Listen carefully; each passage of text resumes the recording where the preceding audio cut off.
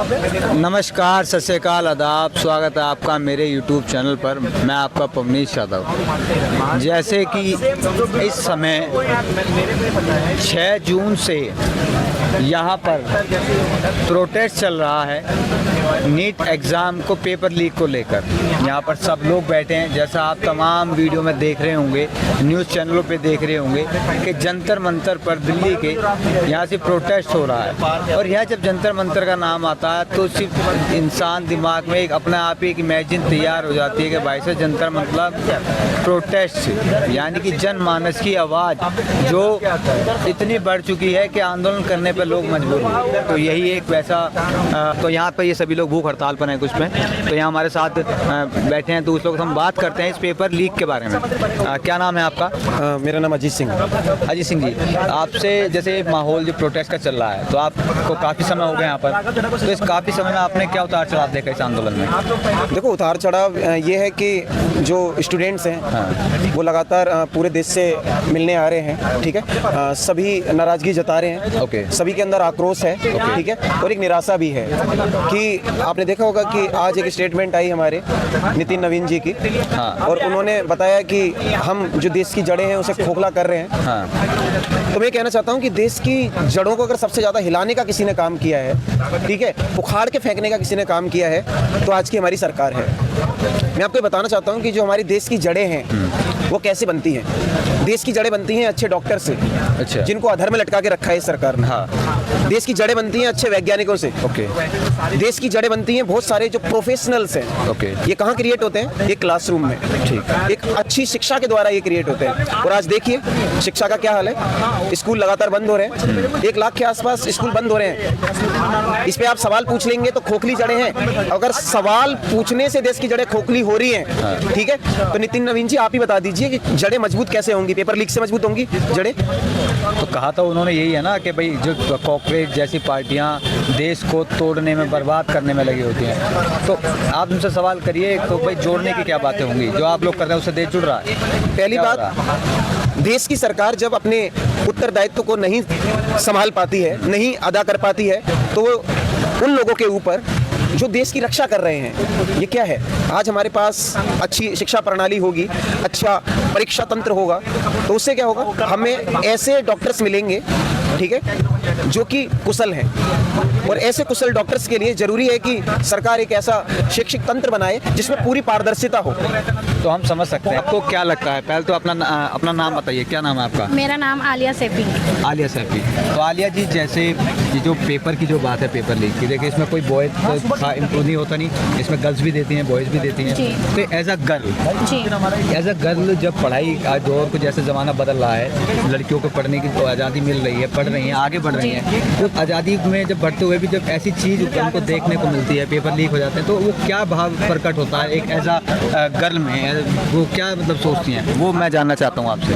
Sir, बहुत बुरा लगता है। एक तो लड़की को परमिशन नहीं मिलती, पढ़ाया नहीं जाता, और जब वो कुछ करना चाहती हैं, उस मंजिल तक पहुँचती हैं, तो पेपर ही लीक हो जाता है। फिर उनके घर वाले कहते हैं नहीं, अब नहीं पढ़ना, अब सीधा बस शादी करनी है। तो सपने तो वहीं के वहीं टूट गए, आगे तो बढ़े ही नहीं हुआ, कुछ भी नहीं हुआ।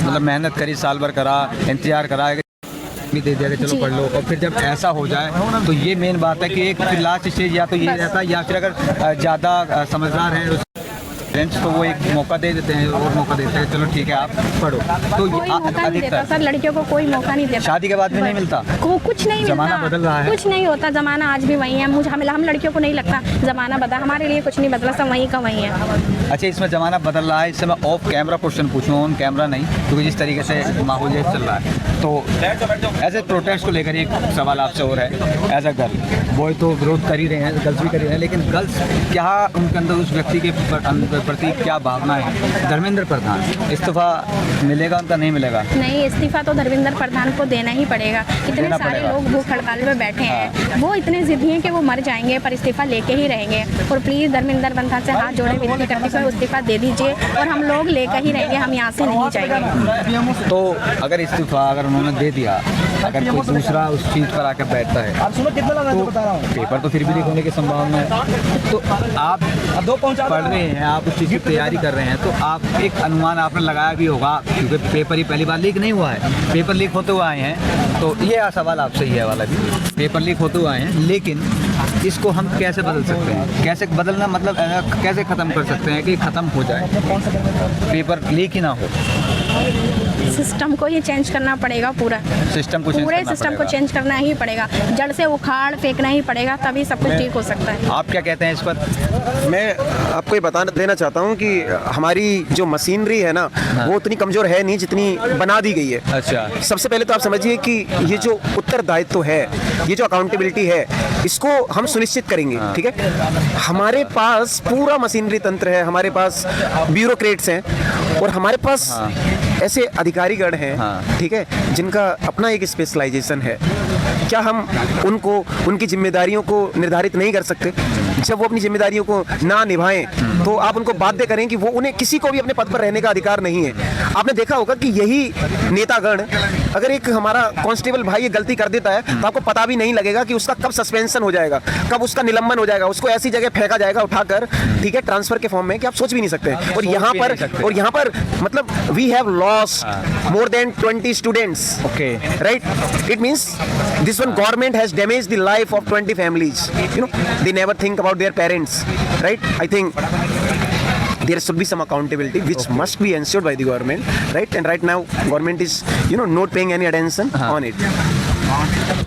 जैसा आपने देखा इन सब की बातें, जो चर्चा, जो सवाल, जो इस मूवमेंट को लेकर मुझे लगा कि ये बेस्ट हैं और आप लोगों तक पहुंचने चाहिए, ताकि इस आंदोलन की खूबसूरती में कभी कमी ना आए और बल्कि बढ़े। बढ़ने का मतलब है संख्या बढ़े, इस आंदोलन में खूबसूरती बढ़ेगी, लोग बढ़ेंगे, ये आंदोलन और मजबूत होगा। ये जो उन्होंने उनकी बात, मेरे सवालों का जवाब है, ये मैंने इनका समझा। और ये सारी चीज़ें जो आपने देखी, इसका यह है कि रात बज रहे हैं, रात के समय सब लोग एक्टिव हैं, फिर भी वही चीज़ सोच रहे हैं कि मूवमेंट हम कर रहे हैं अपना। और आंदोलन करना कोई आसान बात नहीं है, बहुत बड़ी बात है। एक ऐसे दिल्ली में जहाँ तमाम राज्य के लोग आते हैं, अपने आंदोलन इस मुद्दे को लेकर बैठते हैं, घर से दूर रहते हैं, टेंट लगाते हैं, पेड़ के नीचे रहते हैं, आंधी तूफान, गर्मी, सर्दी, तो ये कभी भी आंदोलन करने का टाइम हो सकता है, सर्दी में भी, गर्मी में भी, सब चीज़ का सामना करना पड़ता है। तो इस पर आपकी क्या राय है, हमें कमेंट करके बताएं। तब तक के लिए आप हमसे जुड़े रहिए, देखते रहिए। धन्यवाद।